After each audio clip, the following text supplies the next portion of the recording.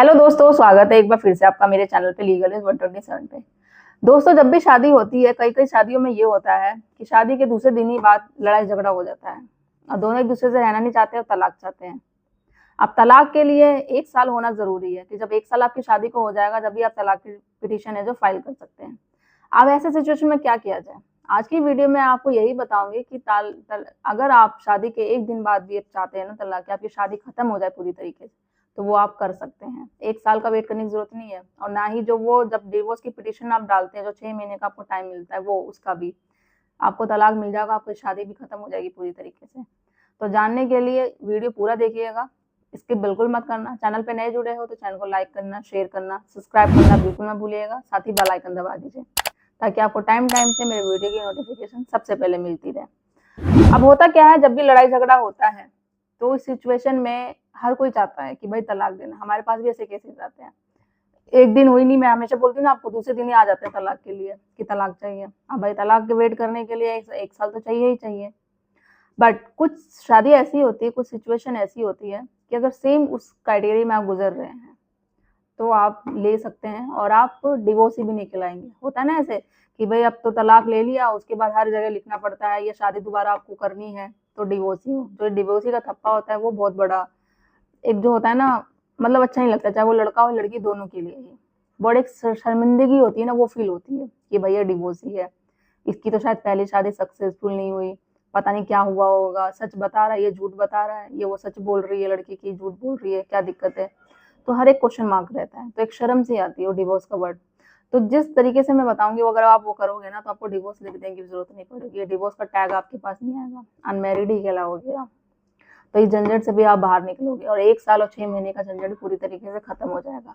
अब करना क्या, आपको जो ट्रेंड अभी आजकल चल रहा है, आई थिंक मैंने पहले भी बताया था आपको, एक बार और डिटेल्स में मैं इस वीडियो में डिस्कस करूंगी। अभी बहुत लोग होंगे जो अभी न्यू चैनल में मेरे जुड़े होंगे, उनको नहीं पता होगा कि शादी के तुरंत बाद ही आप तलाक कैसे ले सकते हो, या एक अभी कुछ टाइम भी हो गया, कुछ महीने भी हो गए बट 1 साल कंप्लीट नहीं हुआ है फिर भी कैसे ले सकते हो।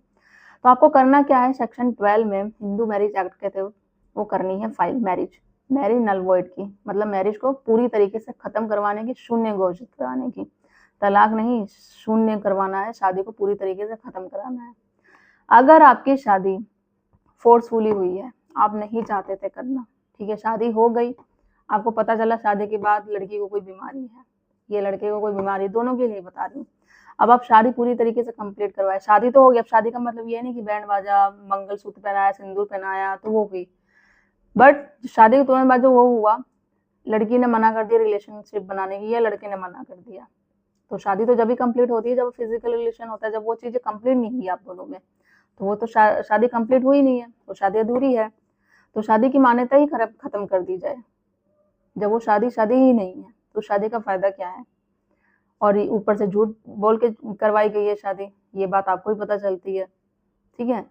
तो अगर 1 साल के अंदर अंदर है, ये शादी के तुरंत बाद आपको पता चलता है। और कुछ कुछ कंडीशन में तो ये होता है कि लाइक शादी हो गई है, होता क्या है कि एक केस था, अभी मुझे याद आया कि लड़का लड़के की शादी हुई, शादी से पहले क्या होता है, जिसके साथ शादी हो रही थी लड़की को कुछ मेंटली प्रॉब्लम थी, बट जब लड़के से जब एंगेजमेंट वगैरह हुई सब कुछ उस वक्त ठीक था, नॉर्मल, इतना ज्यादा नहीं लग रहा था। और जब फोन पे बात कराते उस लड़की से बात कभी नहीं कराते थे जिसके साथ शादी होने वाली है, उसकी छोटी बहन से बात कराते थे हमेशा।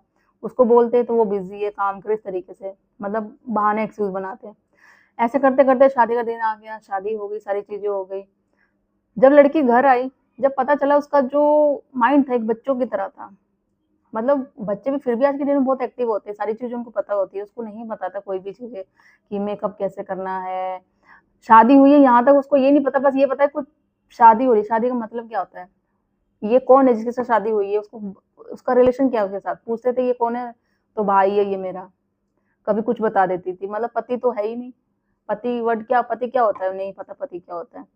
खाना बनाने के लिए बोलो तो ये क्या है, मसाले के नाम पूछो, कुछ भी चीजें पूछो तो ये क्या होता है वो क्या होता है, मुझे कुछ नहीं पता। आराम से जैसे कि लगता है कि किसी घर से उठ के दूसरे घर में आ गई है, एकदम लड़कियों की तरह रहना, खाना पीना आराम से, कोई नहीं कुछ नहीं। पति काम पे जा रहा है नहीं जा रहा, मतलब पहली बात तो ये पता ही नहीं था कि पति है क्या। जब भी उससे पूछो यही बोलती थी भाई है मेरा, भाई है मेरा। जब पता चला भाई लड़की में तो कुछ प्रॉब्लम है, झूठ बोल के शादी कराई गई है, इसलिए कुछ लिया दिया भी उन्होंने इस तरीके से ही है। जब पता चला तो उसके घर वालों को बोला कि तुमने तो झूठ बोला, लड़की में तो कुछ प्रॉब्लम है, इसको मेंटली कुछ प्रॉब्लम है, ये तो अपने पति को भाई बोलती है। इसको कुछ घर का कुछ काम पता ही नहीं, लड़की की तरह ही रहती है ये सारी चीजें, मतलब ये सारी चीजें। और दे दिए इसलिए सामान की मुंह बंद करके बैठे रहे। फिर वो लोगों एक्सेप्ट कर लिया कि हमें लड़की में प्रॉब्लम थी, कोई बात नहीं, ये सारी चीजें हैं, हमसे गलती होगी, माफी मांग ली। तो इसी सिचुएशन में उन्होंने फ्रॉड किया, झूठ बोला, झूठ बोल कर दबाने की कोशिश करी, और पहले से वो सामने सच नहीं आने दिया, क्योंकि लड़की से अगर बात करते ढंग से तो पता चल जाता है, बट वो नहीं करवाते थे, कोई ना कोई एक्सक्यूज मार देते थे। अब जब लड़की से पूछा गया, वो इतना तो बोलती थी कि हाँ मैं तो काम करती रहती थी, मुझसे मेरी बात नहीं कराते थे, मेरे घर वाले मुझे टॉर्चर करते थे, उसके मायके वाले मुझे 24 घंटे काम कराते रहते थे, बाहर नहीं जाने देते थे, मुझे पता ही नहीं है कुछ क्या होता है क्या नहीं, मैंने बाहर की दुनिया देखी नहीं, कुछ ज्यादा बोलो तो मारने लग जाते थे। तो इस तरीके से उसकी माँ नहीं थी, उसका सिर्फ बाप, भाई और भाभी थी। तो उस तरीके से उसको बहुत टॉर्चर किया गया, चाहे उसके आई थिंक कुछ उसको फिर प्रॉब्लम हो गई मेंटली। तो इस चीज से रिलेटेड बाकी इसको कुछ नहीं पता, शादी क्या होती है, सास ससुर क्या होती है, नंद क्या होते हैं, घर में खाना कैसे बनाते हैं, कैसे एक बहू आती है तो क्या कपड़े पहनती है, उसका बिहेवियर कुछ भी नहीं पता था। उस लड़के की तो पूरी जिंदगी खराब होगी। और उसको रिलेशन बोलो बनाने के लिए, तो ये क्या होता है, बच्चा कैसे होता है, वो सारी चीजें, मतलब बिल्कुल बच्चे से भी कम दिमाग उसका, ये कर लो। तो ऐसी ही सिचुएशन में आप क्या करो, आप डिवोर्स के लिए पिटीशन फाइल मत करो, तुरंत क्या करो, पुलिस में जाओ और या सेक्शन 12 के हिंदू मैरिज एक्ट की तरफ करो, उसका जो भी दहेज का सामान है आप लेके चले जाओ, बोल दो भाई हमारे साथ धोखाधड़ी हुई है, धोखे से शादी कराई गई है, मेरी शादी को शून्य घोषित कराया जाए और खत्म करवाया जाए। तो चीजों में वैसे इस केस में जो मैं बता रही हूँ, उन्होंने डिवोर्स पिटीशन फाइल करी, केस चला, ये चला वो चला, उस लड़की वाले के मांग डिमांड करने लग गई कि भाई हमने दहेज दिया है, वो 2 गुना मांगने लग गए। लड़कों वालों ने मना किया चीजें, भाई उनके साथ और खुद हुआ है, फिर भी वो डराया धमकाया गया, पता नहीं किस तरीके से वो डर धमक के फिर भी उन्होंने पैसे देने के लिए रेडी हो गए। और बाद में पता चला उस लड़की की जो शादी हुई है, वो ससुराल वाले तो रेडी हो गए थे, कोई बात नहीं, मेरी जैसे कि बेटियां है मैं उसकी तरह बेटी की तरह उसको पाल लूंगी, बट मेरे बेटे का कोई फ्यूचर नहीं होगा उसके साथ, पूरा फ्यूचर बर्बाद है। जब उसको कुछ पता ही नहीं है कि पति क्या है, भाई क्या है, क्या रिलेशन होता है, किससे बनता है पति पत्नी, कुछ नहीं पता उसको। कुछ टाइम के बाद पता चला कि वो लड़की एक्सपायर हो चुकी है, उसके मायके वालों ने ही उसे टॉर्चर करके, या उसका बीमार थी, इलाज विलाज नहीं कराया, उस तरीके से हो गई। तो मतलब ऐसा भी सब कुछ होता है। बट उसको पाने के लिए, एक पैसा लूटने के लिए उन्होंने क्या किया, अपनी लड़की की शादी फिक्स करी, बस थोड़ा बहुत सामान दिया, उसके बाद जब ससुराल वालों को पता चला, उन्होंने केस ठोक दिया मेंटेनेंस का कि अब पैसा पाना है, कि डबल लेना जो हमने शादी में खर्चा किया, और वही उन्होंने किया। और वो बस लड़के वालों की ये गलती थी, वो तुरंत ऑन द स्पॉट नहीं पहुंचे, कुछ टाइम बाद पहुंचे और सीधा डिवोर्स के लिए पहुंचे। डिवोर्स के लिए ना पहुंच के आपको सेक्शन 12 में जाना चाहिए था, शादी को पूरी खत्म करवाने के लिए, और मेंटेनेंस देने की भी जरूरत नहीं थी, वो हर महीने देते थे 9 से 10 हजार रुपये। तो ये सिचुएशन थी। अगर आपके साथ भी ऐसी सिचुएशन हो रही है, शादी को कुछ टाइम हो गया, 1 साल के अंदर अंदर ही है, या 1-2 दिन भी हो गए हैं, तो आप डिवोर्स ना लेके सेक्शन 12 में एप्लीकेशन डालो शादी को खत्म करवाने के लिए। बोल दो मेरा फिजिकल कोई नहीं बना है, धोखाधड़ी से शादी हुई गई है, या कोई मेंटली प्रॉब्लम है लड़की को, या बीमार है, कुछ भी है, ये कंडीशन दोनों के साथ हो सकती है, लड़का लड़की किसी के साथ भी। अब इसमें करना कि जब आप ये फाइल करोगे तो पहले मेडिएशन के लिए वो नोटिस जाएगा लड़की वालों को, मेडिएशन के लिए बुलाया जाएगा दोनों को, मेडिएशन में जाके आपको सेटलमेंट कर लेना है, और सेटलमेंट डीड ही कोर्ट में जाके सबमिट कर देनी है, और बोलना है कि इसका जजमेंट पास कर दिया जाए। तो डिवोर्स नहीं, सीधा आपकी शादी को खत्म कर दिया जाएगा, जजमेंट आपको मिल जाएगा।